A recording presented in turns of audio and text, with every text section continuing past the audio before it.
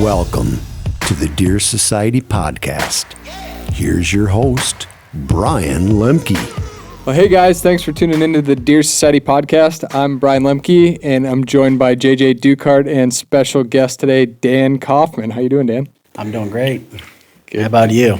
Doing excellent. Season's almost here for us here in Minnesota. I know a lot of seasons have kicked off already. I see some big bucks hitting the dirt already in velvet, which is pretty exciting. So we're all jacked up here around the Deer Society office, and I'm sure you are too in Ohio. We were just looking at some of Dan's pictures, and he's got some good ones to chase this year, it looks like. Oh yeah, it's hopefully going to be a great year. I mean, we got a lot of potential on the ground, so it should be good.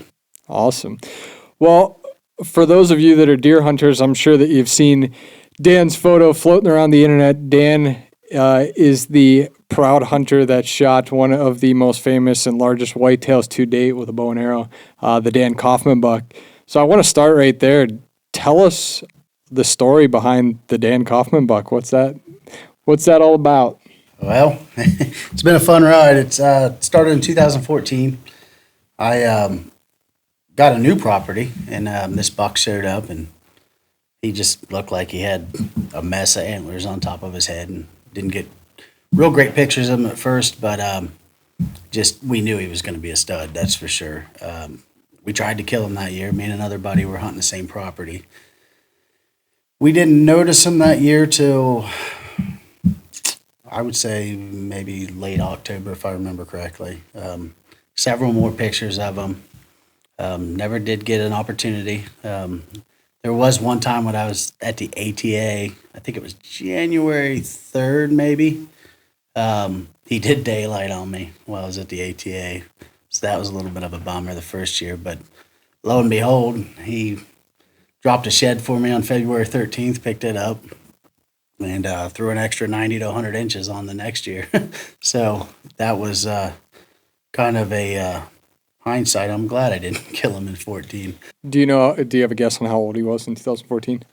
We think he was 6.5 at 2014. We've not had a tooth cut on him yet.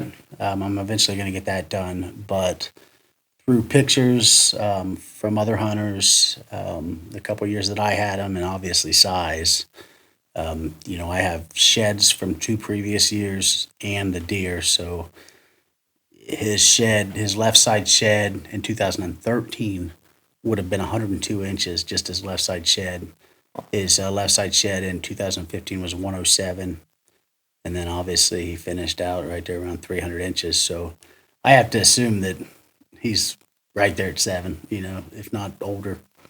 Well, a few things I caught out of there. First of all, yeah, you heard that right, 300 inches, which is absolutely insane. Like I said, one of the most famous deer that's ever been shot. I believe that's number 3 with a bow? Yes, number 3 behind Luke Brewster and Mike Beatty.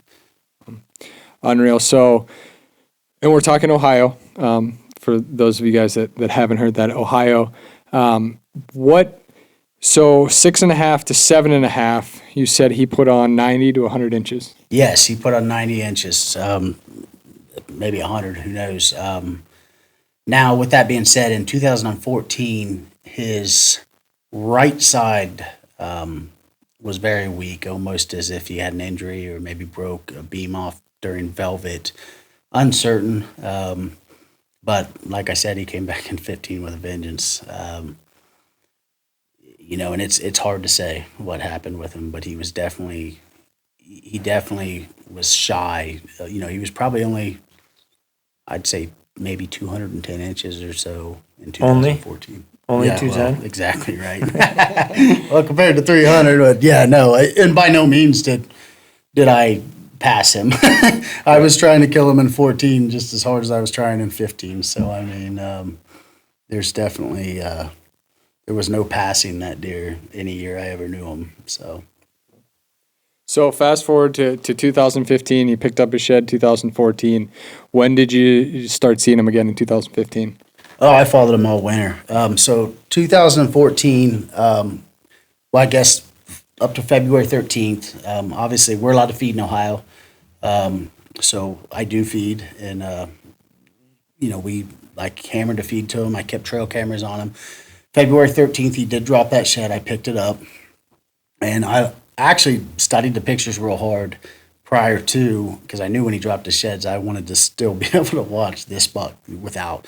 So for the most part, I would say I knew him in every picture without horns on his head too. I want to say sometime around early May, maybe May 5th is when I first noticed the 20-inch pop cans coming out of his head. And I knew, wow, this deer is going to explode. And so, I mean, I never did quit watching him. I had cameras on him. He stayed in that area. And this thing consumed me. Like, when I knew what I was hunting, there wasn't a day that went by. There probably wasn't a 4-hour period that went by that I did not think about this deer. I mean, I had dreams about him. The one thing I remember is I have to give this buck something nobody else will give him. I wanted to give this buck something that, something to make him stay on my property, to make him come to my property more often. And, everybody feeds, everybody does mineral, everybody has water. So really, the one thing I could think is, how can I control pressure?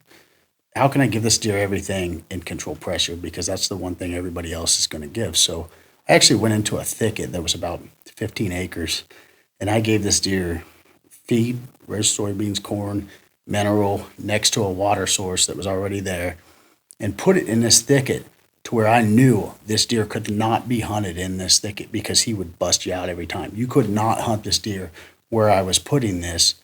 And the reason I did that was I wanted him to feel comfortable. I wanted him to be able to stay in his bed and basically stay nutritional and not have to worry about hunting pressure. And I think that's the one thing I did give him that made him stay around, because you think about it, a lot of people might be feeding, but they're feeding in a situation to where they can hopefully pursue him later. And I was putting a feed situation that I knew I would not be able to pursue. Interesting. So, that's kind of cool, the fact that you were able to watch him, that you never stopped running cameras and you watched that particular deer, almost a year round there. So what did that deer, did you notice any patterns? Did he ever leave, or did he stay really right in that core area all the way from when he dropped his sheds in February to, all the way take us through the summer? What did you notice? What did you learn about that deer?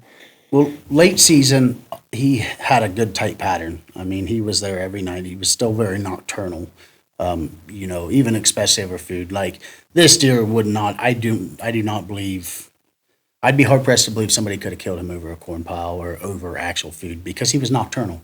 Unless it was 3 degrees out for 2 weeks straight with 6 inches of snow on the ground, he was not going to daylight on a corn pile. And that was actually the scenario on January 3rd when I was at the ATA. It was harsh weather for a long period of time with snow on the ground. He was forced to go in there in the daylight. But other than that, it wasn't going to happen. So late winter, he kept a tight pattern because he's staying close to feed. That's what he needs, is bedding, feed, sleep and eat. Now, as grazing time, which, I consider, going into May and April, when he's got other things, I look at a 7-year-old deer like that, he would rather graze off, just regular grazing food, not a corn pile laying there that he knows that something's not right about that. That's not supposed to be there. So as soon as he was able to graze, he definitely would start to disappear more often. And through the summer, he would disappear for a week and a half at a time. And I wouldn't see him. And I was running 15 cameras, I think. And on my farm that I was able to hunt was roughly 500 acres. And I'll bet you, pre-rut, not rut, but during his pattern time, he probably covered 80 acres of that, maybe 100. So I had 15 cameras within 100 acres of this farm. And I had it set up to where I could pretty much check all these cameras right off the side of my four-wheeler, to where during my UTV, I didn't have to step off of it. And I've tried to avoid scent in every way possible because, I knew when I left scent, this deer, he'd stay away, Your human scent. Yeah, my human scent, exactly. So I really focused on that. And like I was saying, I would say when the beans turned green, then I could pattern them a little bit more when the beans came up. he started hitting the beans more often. There was times where he was even bedded in the beans. I knew he was bedded in the beans. And, of course, once they turned, my beans actually turned brown going into season, early September, and he disappeared. And it's funny because I went around looking for him with binoculars, and I found him, and I knew a bean field that he was in. And it was actually a bean field that a friend of mine had permission to hunt that farm. And honestly, I was very fearful of, he's got a good chance of killing this deer. And he stayed in that bean field all the way up till, first week of October, I'd say, second week of October. And then that's when he finally started showing back up on my farm again. And then at that point, obviously in Ohio, we go through several patterns. You have a summer pattern, and those deer are patternable in the summer. And then once they lose velvet and hardhorn, they kind of change their pattern a little bit when that testosterone kicks up, I think. And then you have what I call the bean pattern. It's as long as the beans are green, they're staying in the beans. Once those beans start to turn brown, they'll switch to a different bean field and then maybe get on the white oaks. And then once you get into mid-October, now you're starting to talk about the rut. So the rut kicks up. Now, good luck finding a pattern, right? They're all over the place. But what I did know is, even though I can't get a pattern, there's one thing that there is a pattern there. It's just not a very good pattern, is his corridors. Regardless of his pattern, he's always going to travel them same corridors. He's going to have a few corridors that he uses on a farm. And I used a cork board with a map on it and red pins and different colored pins. And throughout all the time I knew him, I took all the pictures and literally went back on those pictures, found the wind direction. I put a pin where he was. I documented the wind direction, where he was coming from, where I thought he might have been bedded. And that's kind of how I figured out what his corridors are. So even though I couldn't really hunt a common pattern that he was going to travel, I still knew the pattern of his corridors and where I needed to be. And if I could figure out where he was bedded, go back on my data and say, okay, the last time he was bedded here and the wind was doing this, he took this corridor because the next night he moved on this side of the farm. And that makes me think, okay, he traveled this corridor to get to there when the wind was blowing that way. So it kind of gave me an idea, when my cold front came in and I started having wind changes versus where he's bedded, I can catch this deer. So going into the season, you weren't hunting that deer.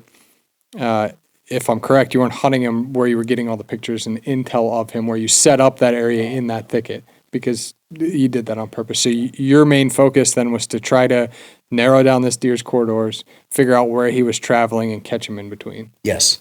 My only reason for putting that feed and all that stuff in that thicket was just to keep him there, to keep him comfortable in there. I was probably hunting 200 yards from there, I'd say, if not a little bit more. And that was a corridor that the previous morning he had come out of a thicket on the other side of the farm. So there was basically, from where I was hunting, looking out from my stand, there was probably a 10 to 12 acre thicket on the southwest side of the farm. And then there was probably an 80 acre CRP field on the southeast side of the farm. Well, he had come out of the southeast side CRP field, licked on a mineral lick, and walked back in at 5 a.m. that morning. So I knew he was in that CRP field. And I obviously knew that day on October 26th that we had a cold front coming in. We had winds coming out of the northwest. It was a red moon. What else we had? Everything was perfect that night. But I also knew there were times when I could hunt where I knew where this buck was bedded, knew where he was bedded. That's probably one of the hardest things, is to know exactly where a deer is, probably within 20 yards of where he's laying, and still you can't hunt him because you can't access him. He was smart. Like, I knew where he was bedded, but I knew why he was bedded there, because when he gets up, he's going this direction, and he's got the wind right in his face. There's nothing I can do about that, right? Well, hindsight, even looking at that, that's exactly what he still did, because when I went in that night to hunt him, I went in with the intent of all the weather's right. He's over on this northeast field. Okay, with a northwest wind, he has a crosswind, and I'm a true believer that you're hunting a 7-year-old deer. You better not give him the wind 100% because he's going to smell you and he's not coming in. But on the other hand, you also have to give him a wind just enough to make him feel comfortable. Because if he don't have a wind at all, he's still not coming in. He's smarter than that. He knows he can go get food somewhere else. He knows that, it's not safe. So thinking that he was coming from that northeast CRP field, and with us having a northwest wind, I knew, okay, he's got a crosswind. Correct me. That was a northeast wind that day. Yeah, northeast wind. Because he's got a crosswind coming across there, but by the time he gets in my crosswind, I'd have an arrow in him. And in my mind, I knew, okay, well, he's still nocturnal. So how do I defeat that? How do I defeat the fact that he's nocturnal? Well, I actually spoke with my neighbor he's got probably 30 years of over me hunting. And he hunts different style hunting, traditional hunting, but regardless, that was a time in my life where I'm like, I'm going to consume every bit of knowledge that I can possibly consume from everybody. And I'm going to take in as much as I can, because if I think I have enough knowledge, like I didn't think like, who am I to kill this monster? I was lucky enough to be hunting. I'm like, that's like winning the lottery, who am I to be able to be the one that gets to harvest this buck? So I thought, I'm going to take in as much knowledge as possible from every possible person out there. So Sean was one of the guys that I took that knowledge in from. That night, he actually told me, he said, well, he's nocturnal. He goes, have you considered doing a little rattling, making a little noise, grunting, and maybe you can get him up 5 minutes early, 10 minutes early, just curious of what's going on. So I said, yeah, you're right. Well, previous, I'd watched, some Deer Society videos, and we've talked about this, and Rod White puts on a show, one of the videos where he talks about the breeder grunt. It's like a roar grunt. It's a very in-depth grunt. I thought, I'm going to try that. They talk about that. And I'd watched the episode to where they discussed on how, deer can hear that grunt from a lot longer than you think, and even if they don't pay attention. And so I was pretty amped up, and I thought, I'm going to go in there tonight. But on the other hand, I also still thought I was hunting a ghost. I thought, I'm just going to hunt this deer till he dies of old age and then be happy with it and move on, right? Yeah. But I thought I'm going to give it everything I can. So I went in that night, and I was also very curious, or very careful, I should say, about my scent control. All my stuff stayed in, like plastic sacks. I mean, it was 100% scent free. I'm one of those guys. I believe scent free is better than any scent. Scent free as possible. I was sneaking down this old road. It used to be a gravel driveway to a house in the middle of the property, down trees. I mean, it took me 45 minutes to walk 150 yards back to a stand, because I was, that was the only way I could access the property without being seen. So I get back there, and that's what I did. I mean, I spent the first half an hour. I rattled very lightly, just enough to make some noise. Did a couple, just small bleats, and that's about it, really. And in my mind, I was thinking, okay, well, we'll see. Waited another hour maybe, and then I hammered the horns together real hard. I mean, made a ton of noise. I'd say this was probably about an hour left of hunting. Hammered them together. Did a couple bleats, breeding bleats, and then I did that breeder grunt, couple low, just regular runts, and really gave it a lot of tone when I did that breeder grunt. I mean, I really got into it. I just kind of sat down and thought, well, I either made the hunt or ruined the hunt, we'll see. And, it was probably 15 minutes of the shooting time left, and I look up, and there it is. Well, here's where I go back to. He was in the northeast thicket, and I had he was in the southeast thicket.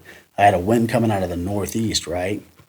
Well, sometime in that morning, this goes to show you how smart that deer was. Sometime in that morning afterwards, he decided to cross that field and go over in that north west thicket. He left the CRP field in the northeast and went to the northwest thicket. And that's where he was standing, probably about a couple hundred yards up on top of the hill, coming out of that south, it had been the southwest thicket. Well, if you remember right, I had a northeast wind, right? So he's coming downwind. He's 100% downwind of me. And if I would have known that, truly, if I would have known he was there, I wouldn't have hunted him because I had no way of hunting him there without keeping him in my wind. And the only thing I can say is if you were to tell me that situation was going to happen, I would have said, you'll never beat his nose. And the only thing I can say is through all the things I did with scent control is, and the fact that, it was a little bit of pre-rut too. Somehow I fooled him, and I'll call it a little bit of luck too. There's a lot of luck involved too. We know that, but he did exactly what I thought he would do. There's not a doubt in my mind. The way that buck comes, and you can see it on the video, he literally, now granted, keep in mind, my tree stand was on his corridor. I mean, like that, I knew he traveled on that corridor, but he never really cut across the field like that. He followed, there was a tree line that kind of went down across the bottom of the field, and he would usually follow that tree line down and then come down through there and come to me. But actually, he comes straight across the field, like almost like he was on a fishing line, and I was just reeling him in, come straight to me, and he come down, rubbed a tree about 100 yards from me, actually 120 yards from me. I know that because that was his first bed that he bled in, and I remember it being about 120 yards. And then took a left and come out right in front of me about 30 yards. And I remember I had the camera on him. He was standing there. It's getting dusky. And I'm sitting there thinking, this deer's going to cross this tree line. And I'm like, he never does that. That's not the corridor he travels. He always takes a right and travels down this fence row, which would give me a 10-yard shot, right? But he's at 30 yards, but he's in an open field, but it's getting, at the edge of daylight. And I'm sitting there debating on whether to draw my bow back, but we've all been there. We've all taken that split-second shot, missed a deer, and then kicked ourselves in the butt for the next 3 months. Like, why didn't we have a little bit of more patience than just seeing what he was going to do? So that's all I could think is I'm sitting there, I'm ready. If he takes 2 or 3 steps forward, I'm going to pull back, and I'm going to take a 30-yard shot, which, I'm confident with 30 yards, but I'd rather take a 10-yard shot, all day long. Well, finally, he took that right step. And when he took that right step is when, at that point, luckily I had the camera to run because I was self-filming. I had a bow to pull back. I had all this to do. So that's probably the only thing that kept me from shaking out of the stand before I even got a shot off, obviously. So I was running the camera and kind of brought the camera around and pulled the bow back. And it was a split-second shot, pulled back, put it right on him. And, I won't lie, as much as I love to put that pin, a couple inches behind the shoulder and put that perfect shot on that deer, there was a lot going on. I was nervous, and I would say muscle memory from practice and got me through a lot on that deer. I probably honestly center him. I don't ever recall. I can't recall back putting a pin where it needed to be. Like I remember, I think I center massed him, And, but, as soon as I heard the arrow hit, it was immediately, I was like, that's a good shot. He's dead, and so then I watched him run out in the field. He ran about 100 yards and just stopped and stood there.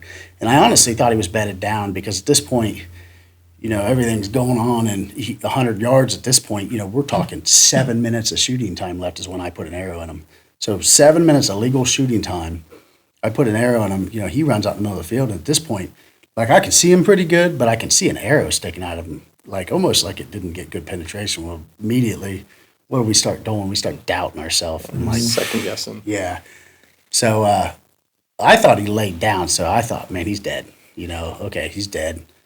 But then I was kind of second guessing myself, and then reality kicked in, and then that's when I went into a straight anxiety attack. And never had anxiety in my life, but next thing I know, I'm shaking so bad. I'm holding onto the tree. I'd get down on my hands and knees, and I'm just sitting there holding onto the seat. I call my buddy Jeremy, and I'm like, I just killed him. And I won't repeat the first words he said, but he didn't believe me right away. And I said, no, I'm dead serious, and you need to come get me out of this tree stand because I can't get out of it. And he said, don't do anything. I'll be there. So waited for him, and he drove straight back to the field. But eventually, something kicked in. Okay, I got to get down. This deer's dead. I'm ready to celebrate. I'm like the biggest deer I've ever killed. Probably the biggest. It will be the biggest deer I ever kill. I'm certain. And but it was funny because when Jeremy pulled up, he said it looked like a yard sale. Because it was like I didn't care about anything. Next thing you know, I'm like on hooks, throwing them. Like the only thing I think I didn't throw out of the tree was my camera. Like my backpack, I just launched it. My grunt tube, I'm just throwing everything out. I'll get it when I get down, right? I don't have time to put this stuff up. And then we got down and reality kicked in, and he wasn't laying there anymore. I found some blood and waited till Jeremy got there. We probably tracked him 80 yards out in the field before we decided, all right, let's just wait till morning and we know daylight. Let's not screw this up. We didn't tell anybody about it. We sit up on top of a hill all night long. It was a full moon. We sit in his Jeep up on top of this hill on his farm and glassed because it was a full moon. It was a very bright moon that night. And we glassed like the field's looking for a blue knock sticking out of a deer. Like if he was walking around, never seen him, never seen anything of the sort. Well, come morning, come daybreak, we get out and. You didn't sleep at all? No, heck no. I don't think I ever closed my eyes that night. And I don't think Jeremy did either. And it's like, as much as you want to call people and get help, it's like, no, we need to keep this silent because I just don't, I felt comfortable about keeping it silent. Me and Jeremy will do it all.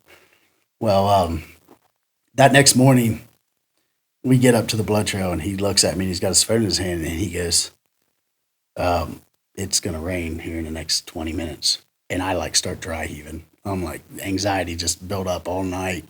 And I couldn't even control it. Like, nothing. I was, done. So immediately, I called a friend that I knew that had a dog. And he was busy. He couldn't make it out there until later after it rained. And the rest, it took, I didn't put a great shot on him, unfortunately. It was high and back, but it was quartering away. And when we kind of took him apart when we gutted him, and it was liver, right lung, and not much of the right lung, and it was high right lung. And then basically gut, liver, lung. Obviously, gut's probably what did him in. We ended up finding 1,000 yards 24 hours after I shot him at 1,000 yards away with no blood trail after 125. So that bed that we found at 120 yards had blood in it, and after that bed, there was not another speck of blood. What we figured out later is we probably should have never, and this was a learning lesson, we should have never went out in that field. We should have just went home. Watch the video, because when we went 80 yards out in that field, there was just a tree line there. That's all it was, is a tree line, and it was a very thin tree line. I couldn't imagine him bedding in there first. But when a deer's gut shot, he's going to go to the first safe place he thinks, and that's the problem. When we went 80 yards out in that field, that put us 60, 70 yards from him. We bumped him, and he ran another 700, 800 yards, So, I mean, but I always say I would never take it back because the one thing that when you take a friend like Jeremy's been we grew up together, we hunt together, we do everything together, we're great friends. And when you take a situation like that, it took us 24 hours to find it.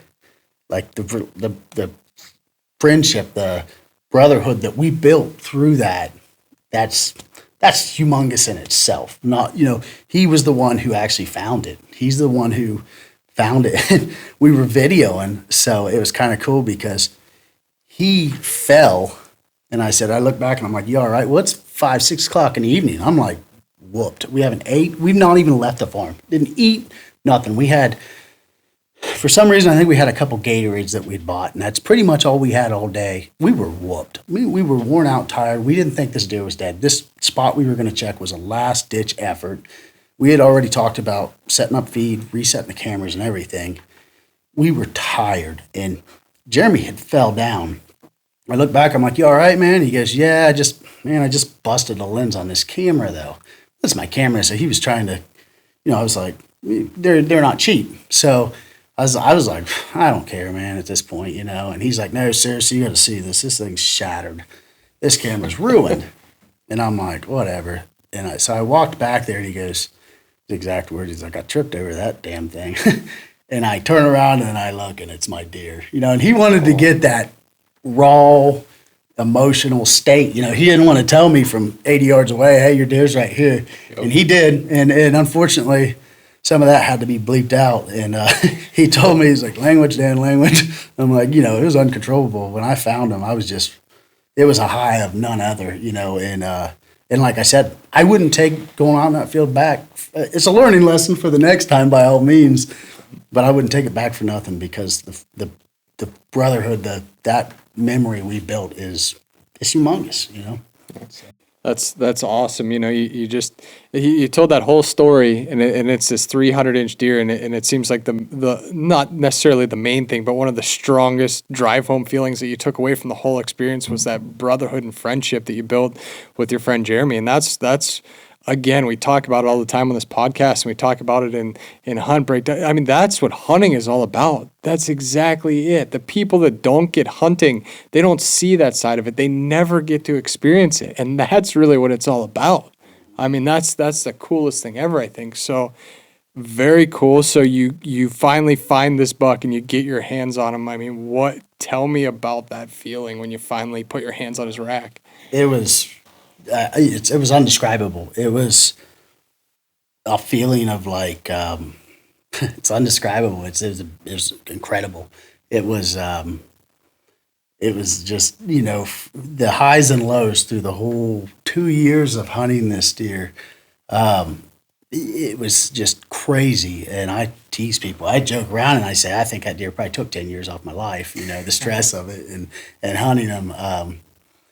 It's just, to go through all those highs and lows, and as I said, I wouldn't take any of it back, because it all made the hunt. It made the end. It made it that much more, you know, worthy. But through all the highs and lows, it was definitely, I would say probably the highest high of my hunting career. I mean, to finally do something that I honestly, up until the night I put an arrow in him, I truly believed. I remember a friend asking me, like, you gonna kill him this year? And I said, yeah, probably not. I said, I'm just gonna hunt him until he dies of old age, and I'll be thankful I got to hunt him and then move on. But I can't move on until he's dead.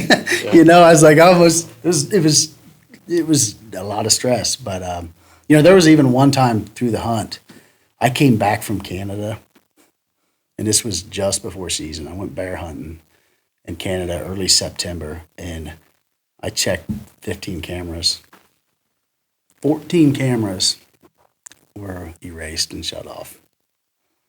And the batteries on them were still high, and it wasn't making sense. All the batteries were over 50%. Well, with that deer, when I would check cards and stuff, if the battery was 50% or less, I always replaced the batteries and put new batteries.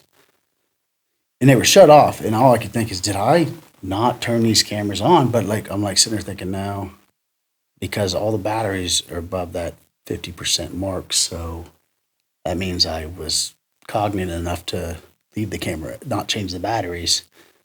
Well, there was a camera that this deer, I'd catch him in every once in a while, but it'd be a blur, and I was pretty sure it was him. I set another camera up high facing down at that camera, past that camera to hopefully catch him. Well, long story short, I got a picture of a guy shutting my cameras off, and you wouldn't believe the fury that was in me. Well, so I find this guy. Here's what's crazy is I ended up what I did was I searched all the properties around and the property owners and looked their name up on Facebook and found their faces, and then matched this guy to one of those properties through his Facebook. Knocked on his door. Luckily, I stayed cool-headed, and I talked to him. Come to find out, this guy was like a good, honest guy. You know, he made a bad decision at the time. For sure. His daughter had a 4-H show goat, right? He knew the lady that owned this property, that lived on the property, was very old. It was late at night. His daughter's show goat got loose. He knew it was posted. He knew he couldn't be on it, but he thought, I'm not going on it to do anything wrong. No harm, no foul. I just need to get my daughter's goat and get it back home. He gets back in these woods at night and starts to see cameras flashing. Well, he's an IT tech guy for, I think, the state of Ohio or something like that. He's very intelligent when it comes to computers. He's not a hunter, has no clue about trail cameras, but figures out, like, okay, now I've screwed up. Do I make a phone call or do I just, no harm, no foul? I'm going to erase my pictures off these.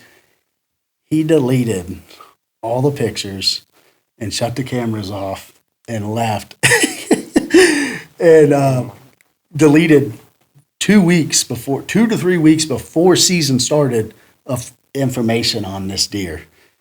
I was like, and of course, here I am in a situation. I'm like, I'm not going to tell this guy what I'm hunting, but I told him, I'm like, I wish I could explain to you what you've done, but I'm not going to. And he goes, is there anything I can do to make it better? I said, yes, sir.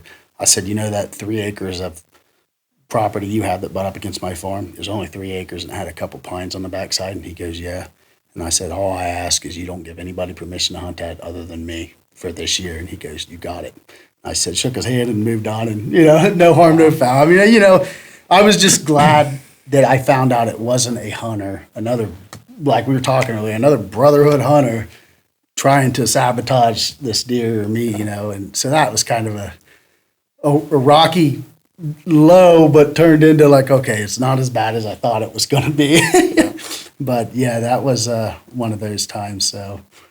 Well, that's crazy. He definitely handled it better than a lot of hunters out there would have. I don't know. JJ would have been knocking the guy's door down. Yeah, I would have been pretty upset. But so back to that point, like everybody gets kind of hung up on big deer and this and that, and stories start to fly, and especially after you harvested the buck. We're looking at a photo back behind you for those of you that are listening and not watching. Dan's sitting there with his son. What is he, about 3-4 years old here, Waylon?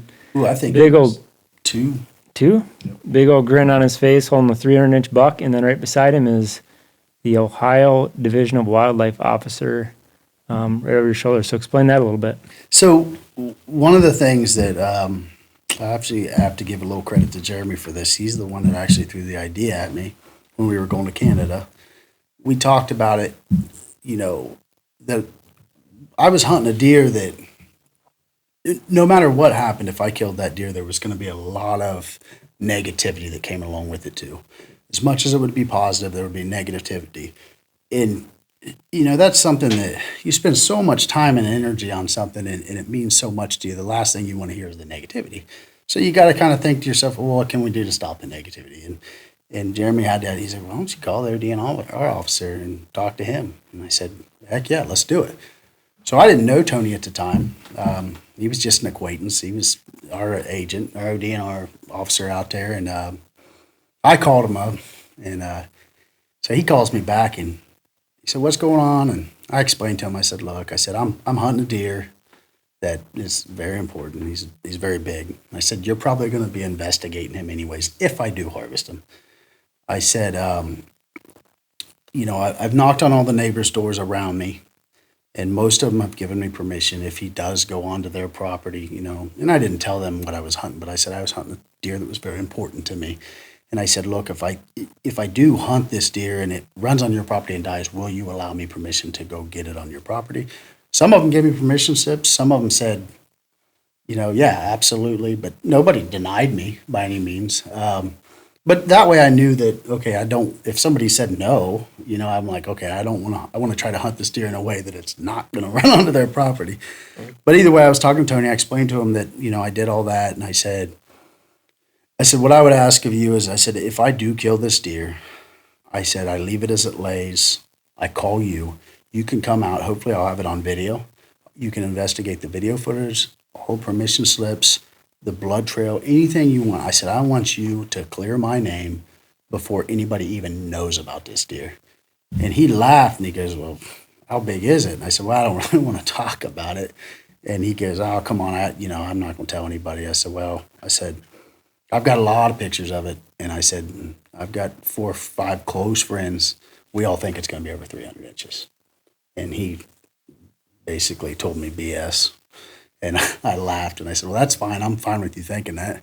And I said, would you be willing to give me your number to be able to call you? And he goes, seriously? He goes, will you send me a picture? And I said, absolutely not. I've never sent anybody a picture. I said, the pictures don't leave my computer or phone. I said, but if I see you in public for some reason, I said, I'd be more than happy to show you a picture.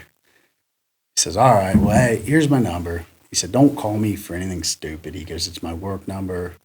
And he goes, here's my number. So he gave me his number, and I don't think he believed me. I think he was kind of like, no way, and he believed me when he saw it. I believe it. But and we've it was a good thing. It was a very positive thing. It was kind of it's been a blessing because they ended up putting me on the ODNR regs, and to me that's probably one of the most rewarding, prideful things that I've ever been a part of. Just to know that I got a good working relationship with them. If anything ever happens, I don't feel uncomfortable about calling Tony or our Perry County guy. He, all of them are great to me. They know. I hope that I've proven to them that I try to be a good, honest, ethical hunter, and I think they respect that. So it's been a great thing. Well, good on you for doing that. It's cool to see guys like you who've shot really, really big deer and have been completely legitimized and will stand there and say, I did everything ethical. And this, people can really do it ethical. There's been some people who have done it unethically, and that's why, there's kind of that stereotype around it. But it's a shame that, too, in our industry, that you even had to think about doing that, that you had to think about that negative side. And, I'm not sure really why that is. I don't know if it's a jealousy thing. And obviously it's sparked more by social media now, too. And I don't know, the shame is that you see these, negative comments. JJ, you manage social media and website, but you see these negative comments. And I honestly, truly do not believe that the people making these comments even feel that way. A lot of the time you see people out there that make a comment and you would bet that if it were their deer or another situation, they don't even actually really think that, Well, I think a lot of these hunters too, and I see the comments all the time, high fins, this, that, and I just kind of laugh and I tell them, I said, well, I'll even post a comment. I say, I challenge you to read up on that deer. I think you would have a different opinion if you read the articles and stuff. And that's all I say. And, you can't really, I'm not going to argue with people. I think as hunters, though, we need to look at it like it always has been, we should be a tight-knit group of guys, and we need to give guys the benefit of the doubt. Even if you really, truly in your mind think, man, it doesn't seem right, give them the benefit of the doubt. Until he proves you otherwise, we're guilty. We're not guilty before proven, innocent. They're innocent until proven. You can't, be proud of it. Be happy for the guy. It's not like, I think sometimes people think that because that jealousy might come from because they think he thinks he's something special because he killed a monster buck. And I don't think it. I've spoken to Luke Brewster, Stephen Tucker, Michael Beatty, a lot of these guys that have killed monsters, and none of them have I got that persona out of them or that. I think we all kind of look at it as no, we're no special than anybody else. We were given an opportunity that I would say 90% of hunters, yes, did I put a lot of effort into the homework that I did on that deer? More than what I have any other deer? Yeah. But honestly, I think 90% of hunters out there, if they had a 300-inch deer on their farm and got the opportunity to hunt it, they would be doing the same thing. They would put that effort in. It doesn't make you more special. It just it's a great opportunity that you got that, it's. And with that being said, there also are guys that are killing multiple deer over 200 inches, and there's something to be said about that too. That's, to me, that's kind of a different, my outlook on it. People are like, well, what are you going to do next? You done now? I'm like, no, I got to prove myself. I want to kill another deer over 200 inches. I want to, I want to keep going. I've always said, I don't want to learn from the guy who thinks he knows it all because he was done learning when he realized he knew it all. I want to learn from the guy that knows he doesn't know it all and wants to keep learning more because it's constantly changing. I mean, you never know who you can learn something from. I mean, I've learned stuff from guys that only have been hunting for 2 years. Because these younger kids, they're glued to these computers. Like when they want to research something, they're like YouTube for hours learning. And like they do obtain a lot of knowledge that, they may have obtained it from Don Higgins, watching his podcast. And maybe I hadn't caught that series yet. And I hear him say it and I'm like, it's like, that makes sense. Why haven't I thought of that?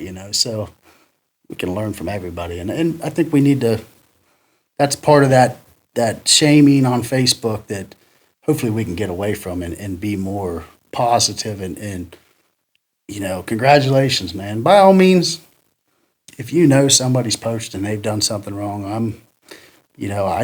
I don't shame them. I don't have time to shame them. I got better things to do. I'm going to make more progress and positive things in my life. But on the other hand, if I know somebody's done something illegal and they're poaching and they're not doing it right, I do lose respect for them. I mean, if I know that, but I got to know that before I'm going to, go to that conclusion. Right. And those regulations are there for a reason. You know what? There's guys out there that are going to poach. There's guys out there that it's just in like everyday life that are going to break the law.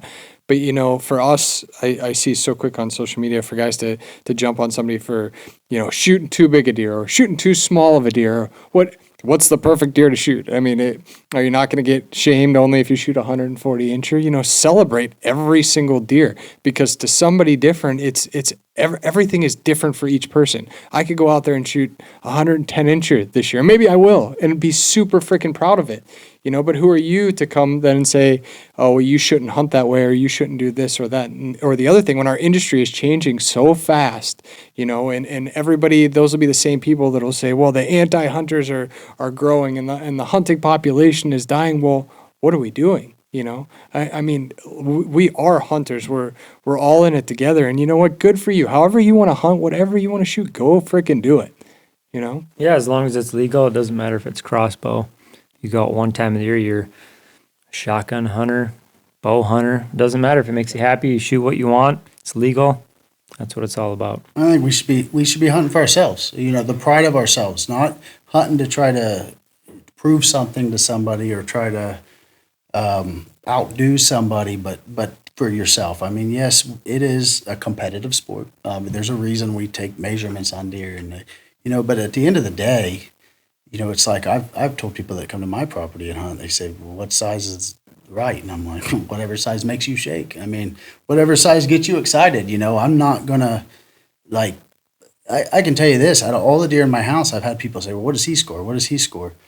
Honestly, there's only one deer in my house that I really truly know exactly that it's been professionally scored, and that's the Coffman buck. And truly, the biggest reason that I had him scored is because I was told several times, like, if you don't, it cuts the legitimacy of it. People, they want to know the score. The industry wants to know about this deer. Or they question if it's not in the record books, well, then why? And it shouldn't be that way. But I've got several deer that aren't in the records book. But I'll tell you this. I can't tell you the score of all them deer. I could probably get you within 10 inches. But all the way down to the button buck that I killed at 8 years old with a compound bow, just as much pride goes into that deer. Like, I can't tell you the scores of all these deers, but I can tell you every hunt, how it went down, who was there, leading up to the hunt. I mean, my button buck that I killed, I'll never forget. I told my dad come over and he was probably more excited than I was. I was shaking up and he was excited. And I said, Dad, he ran that way. The last time I seen him was probably 100 yards over there.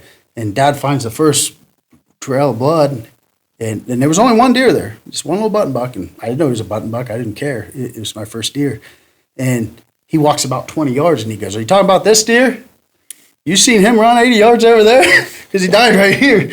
And, it's like, I laugh about that. I was so excited that I didn't even, I was seeing stuff. I don't know what was going on, but put a great shot on him. I was shooting a bow that pulled back 40 pounds, and literally I have an arrow that I bet you my arrow ain't 20 inches, probably 16, 18 inches long, But I mean, like I said, it's a memory, and those memories, they last a long time. They absolutely do. That's awesome. I can remember my first one too. It's crazy, and my dad being there. That's what it's all about. I want to know, so let's talk about, so you shoot this deer, you know, you have the game warden out there. Now you have this deer that is this monstrosity. You know it's something special. Not only is it important to you first and foremost, but to the industry as a whole, it's important as well. So now you have the Coffman buck, and he's potentially a world record. Who knows what he's going to be? How does your life change at that point, if at all? Well, I mean, obviously, immediately right after, it was very changing. Within days, every single day, within the first couple weeks after I killed it, I'll bet you my phone was lit up 24/7. I mean, voicemail was full every day, emails were full, and it was very exciting. It was very stressful. Keep in mind that I killed this deer on October 26th, and my daughter was born on November 4th as well. So that was a very busy time in my life, and I was working, very busy fire station in Columbus, and trying to keep up with everything. And you know, I was already filming in the industry. So I knew there was going to be opportunity, you know, in the industry to be able to be a part of more things, you know. It's always been a dream to be in the industry for me, to be, you know, a part of the industry, to work with companies and do things. So obviously there was opportunity that came about that. I met a lot of great people. You know, that's probably one of the coolest things is the people I've gotten the opportunity to meet. Just and hearing different stories and talking to people and you know, and then on top of that, it's also been when you surround yourself with more people and you're around more people like that, you find yourself learning more and you find yourself wanting to learn more and wanting to do better and wanting to, you know, reach out for higher goals than you ever thought you'd reach for. And it has drove me to do a lot more reading, a lot more studying, and like I said, to learn more, to go bigger, to, you know, to chase that bigger dream, I guess. You know, as far as the deer, it hangs in my house, and you know, I probably see it every day. I walk in there, I'm still kind of like, wow, that happened. You know, that really did happen, and I still.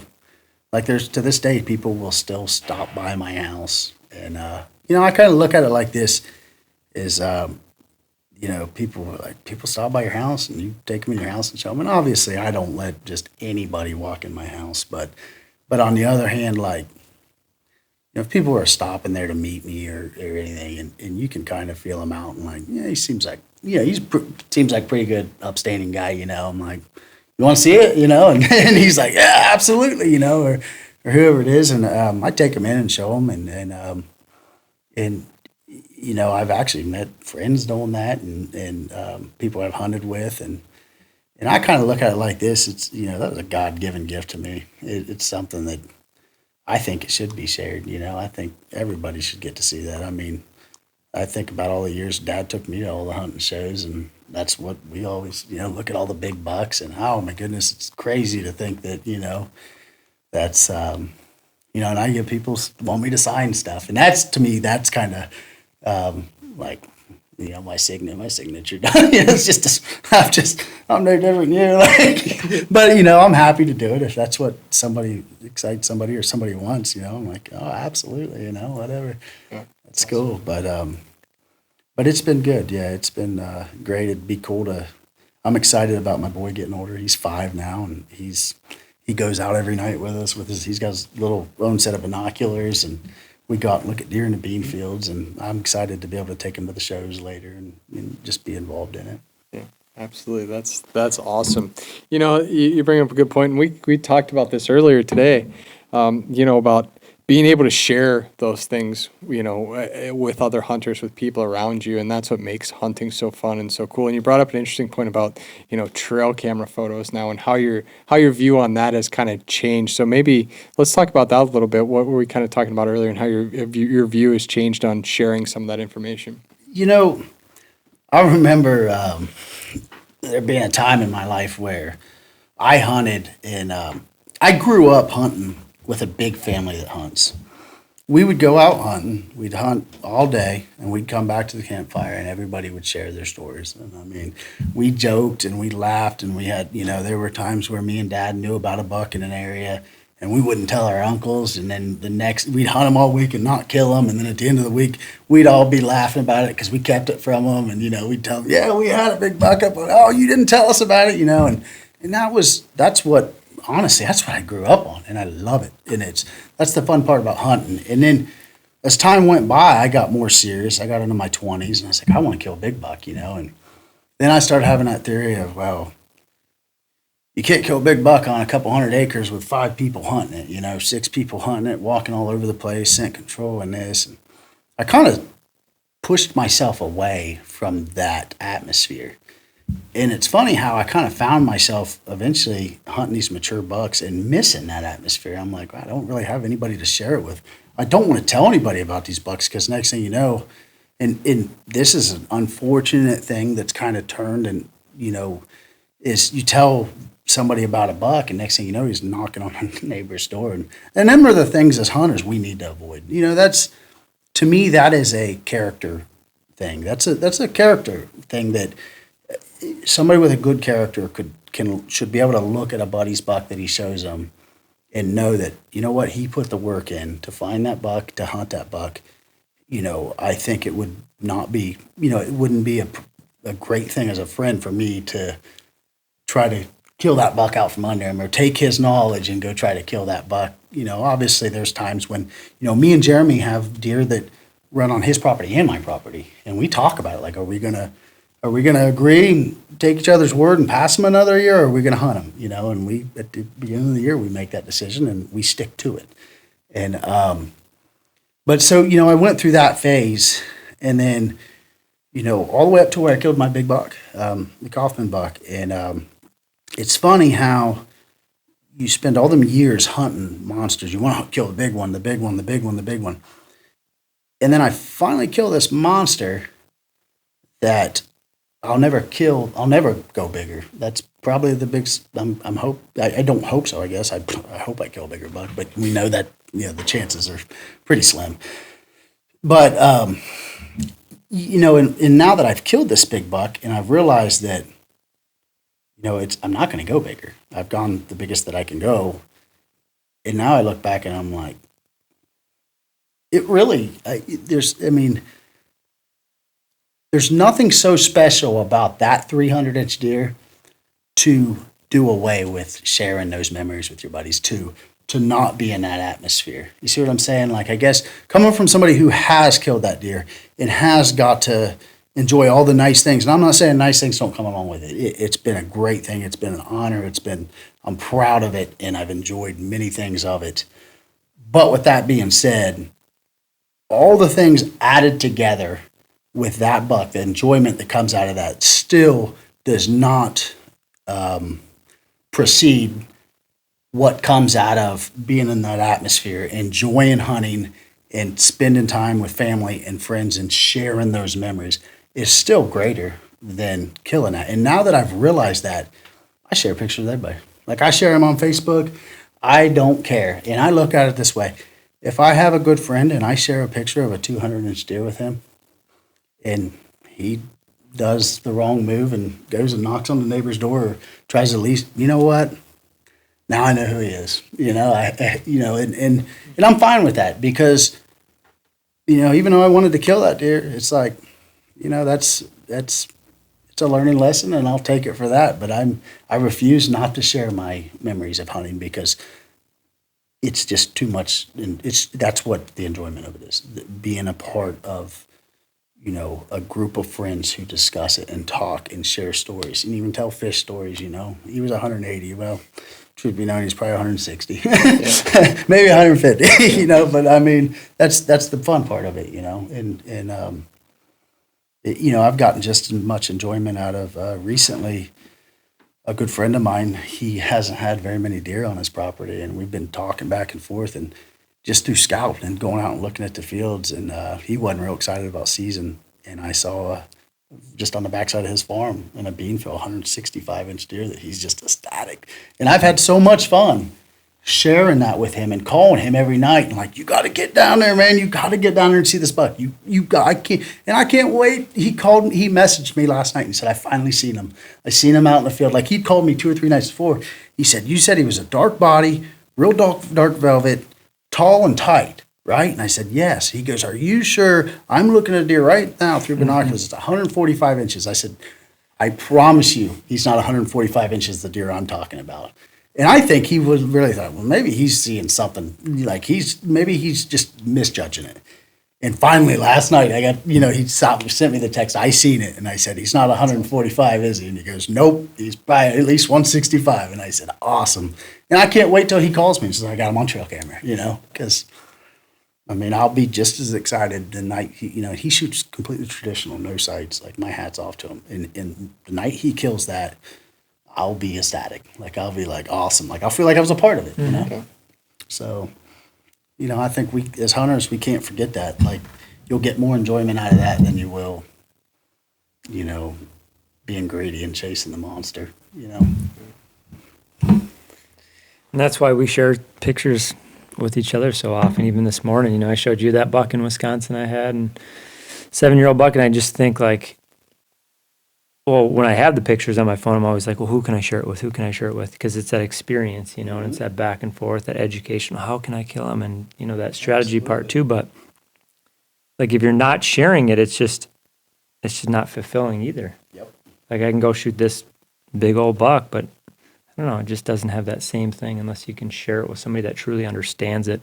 Another passionate bow hunter. Yeah. So you think about it, even though we say, like, we hunt for ourselves and we don't hunt for anybody else, like, would you really be that? If you could go out and kill a 180-inch deer, but after you killed it, you couldn't share it. You never could show anybody the antlers. You could never show anybody the pictures. You could never tell anybody about it. Would you really be that interested in killing it? Like, you wouldn't. Like, I think about that. Like, if I lived in Alaska and I lived by myself and I was out in the middle of nowhere, would I still trophy hunt? I don't know. Like, if I didn't have a group of friends to share it with, I may just be a meat hunter. I don't know that I may just be hunting to kill a deer to eat it. I don't know that if you can't share it, but then I also look at it like, I don't, if I kill a 7-year-old 140-inch deer, and I'm proud of him, and 90% of the population thinks he's too small, it don't bother me, I guess. I'm like, well, you guys obviously aren't seeing something I think I'm seeing, so, Right. I'm happy with it. So, it's all relative, I think. It absolutely is all relative. And, that's like JJ, what you were just talking about. That's one of the coolest things about being around the Deer Society atmosphere. So a lot of you guys listen to the podcast or you watch the hunt breakdowns and, see the education that we try to share. And we really want to make you guys a better hunter. But, it's not being here in the Deer Society office and having Dan in here and having guys like Dan and like Adam Hayes and like Ben Rising and Andy Orr, these guys the coolest part about doing what we do is listening to your stories, just like we heard today, listening to all these other guys' stories and learning something new. And JJ and I will have a conversation every morning about what bucks we have on trail camera, and that educational piece and soaking in as much knowledge. That's the fun of it, man. That's what it's all about. We're talking in March about, plans for the fall, and that's what it's all about. Share the knowledge with the people around you. Absolutely. And never stop learning. Yep. Yeah, you can always learn something new, and that's just it. We can't go and maybe hunt that 300-inch buck this year, but I can tell you that, maybe some of those tactics will apply, to my hunt this year. A perfect example is calling. We've all been in that spot, and we've talked about it before. Sometimes you think, well, should I call? Should I not call? How should I call? Sometimes just hearing stories about that and gaining more knowledge on it, having the confidence to do it can make all the difference. Do you think, and who knows, hindsight's always 20/20. Do you think you might not have seen that deer if you hadn't called that night? I don't, just from what he showed me, I don't believe I would have. Now, and going back to what you were saying too, is I think we as hunters get caught up in the moment, and I know myself I have, but over the last few years, it's kind of dawned on me. I look at it more like this. Obviously, I have this goal to kill multiple 200-inch deer sometime in my life. I hope I do. I really do. That's everything I'm doing is kind of directed towards, of killing bigger, mature bucks every year, right? And you go back on the knowledge part of it and learning and always learning. And I look at it like this. This year, it's highly unlikely that I'll probably kill a 200-inch deer, right? Because I don't have a 200-inch deer. I have some nice bucks that I would be really proud of killing. And, they range anywhere from 145 inches up to maybe 170 and 175. But what I look at it is this. There will be a time in my life where that 200-inch deer does present itself and I have an opportunity, right? And every single time I go in a tree stand, I just want to take this much knowledge home, just a little piece. Every time I step foot in the field, if I can just take a little piece, them little pieces, they add up and they add up and they add up. So if you think you're not hunting that 200-inch deer this year, you actually are. You're just hunting him. You're educating yourself to where when he does present himself, now you've taken all that knowledge for every time you've stepped foot in the field, every time you shed hunt. As far as when I walk on a property and I bump a deer, okay, and I've hunted this property for 2 or 3 years, I don't get upset that I bumped a deer. I don't get upset that a deer. What I do is I say, where did that deer run for safety? Because now, in 3 years, when I have a deer that's bedding in the same area, I can put that together and say, when I have that 200-inch deer that he's bedding in that same area, and I know he is, I know, that big thicket over there, over the last 3 years, I've seen 5 deer bump out of that spot and run to safety over there. So I know that's where those deer consider safety. So I know they're spending time over there, So, and that's just a little piece of knowledge that it may even be a time in your hunting career that you don't even realize that piece of knowledge helped you seal the deal on that buck. That piece of knowledge, you may not even realize you use that piece of knowledge to kill that deer. So I'm all about take every last piece in. Never stop learning. I got it. Yeah. So back to when you first released the photo of this buck, what was that like? How many shares? How many comments? Because it was to kind of frame it. I remember seeing it come through my feed for the first time, and this big 30-inch or 30-point buck with the big lush food plot in the back. You kind of look at it like, well, what's the story behind this? So the picture kind of triggered maybe some thought process on that. But what was that like posting that? And so that's actually a real good story. The first picture that hit social media was not me. And that also, once again, has brought great memories to a friend of mine and me, and we laugh about it to this day. As a matter of fact, I'll tell you the story here in a second about how we razz him about it. What actually happened is that night, there were 5 or 6 guys at my house, maybe 7 or 8, and we didn't want to call everybody yet, but we wanted to call our closest friends to celebrate it. But on the other hand, I also knew with being in the hunting industry, I want to hold off. I want to make sure I got all my ducks in a row and ready to go before I go releasing this, because I knew it was going to be a pretty big deal. Well, 2 of my buddies were out in the garage, and Jordan, my good friend, he says, "Hey, let me get a picture with it." And he took a picture of Jordan with the buck, holding it with his phone, and then texted it to Jordan, so Jordan had it on his phone. Well, Jordan would have never. He's just a great guy. I get along with him. He's another fireman. And, sure enough, that guy sent that picture to somebody, and it ended up hitting social media. Still to this day, Jordan has more likes and more hits on that picture, still to this day, than any picture I swear to you. So that picture recirculates every single year. And it's great because I take advantage of it. I laugh about it. And as a matter of fact, Jordan actually ended up getting married. It was probably a year later. And even though I was like kind of upset about it, I didn't, I was like, it's not worth it to get mad about it. It's happened, whatever. And Jordan was actually, he took pictures of him and his wife together with a deer they killed, and is talking about his trophy, but he's talking about his wife and them getting married.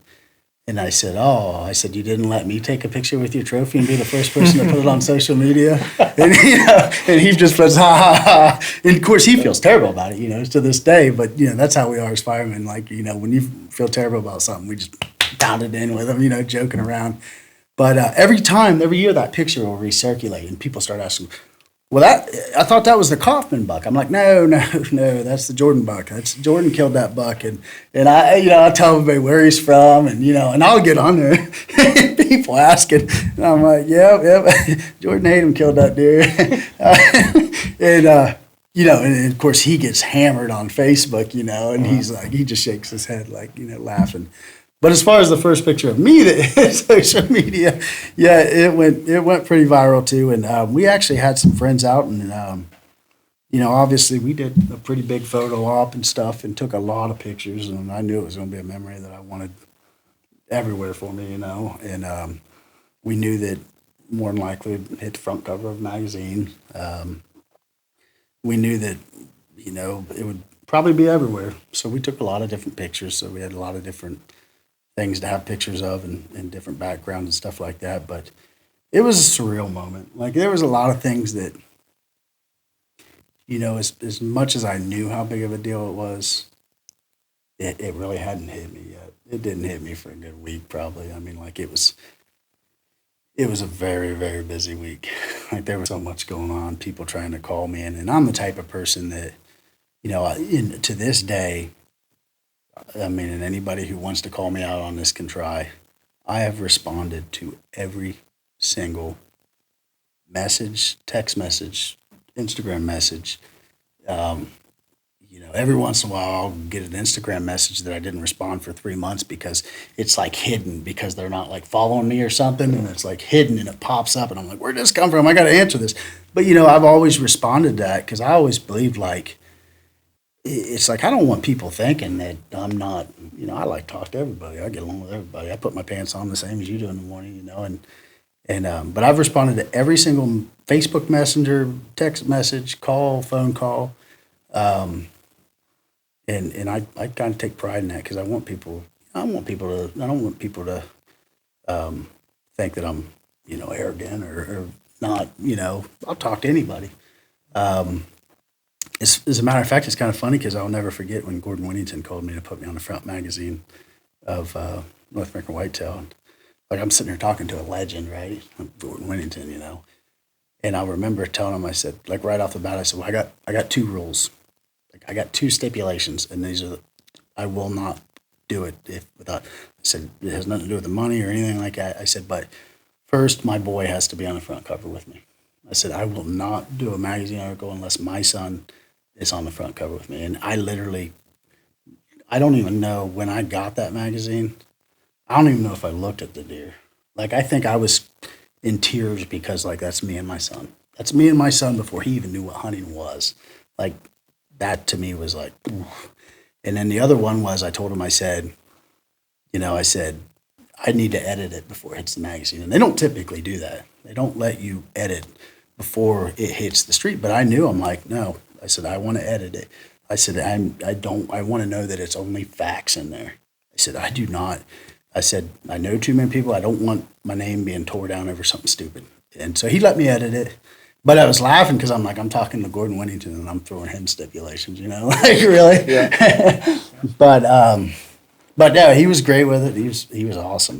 That's one of the people that I've met in the industry that I'm happy that it was a pleasure working with him, So yeah, that picture going out was very surreal. It was very exciting, but also very busy. It kept me on my feet for a while. Very, lot of things going on. Can only imagine. Well, guys, if you're just listening, go and check out Coffman Buck. Send Dan a message. Don't send Jordan a message. No, oh, you can send Jordan a message. Send Jordan a message too. But no, definitely go check out the Coffman Buck, and definitely check out the story on the Deer Society page as well. if you're listening, make sure you give us a follow, subscribe on YouTube, and we appreciate you tuning in. And Dan, we appreciate you having you in studio. Hey, thank you guys for having me. It was a good time. And good luck this fall. Hey, good luck to you guys too and everybody out there.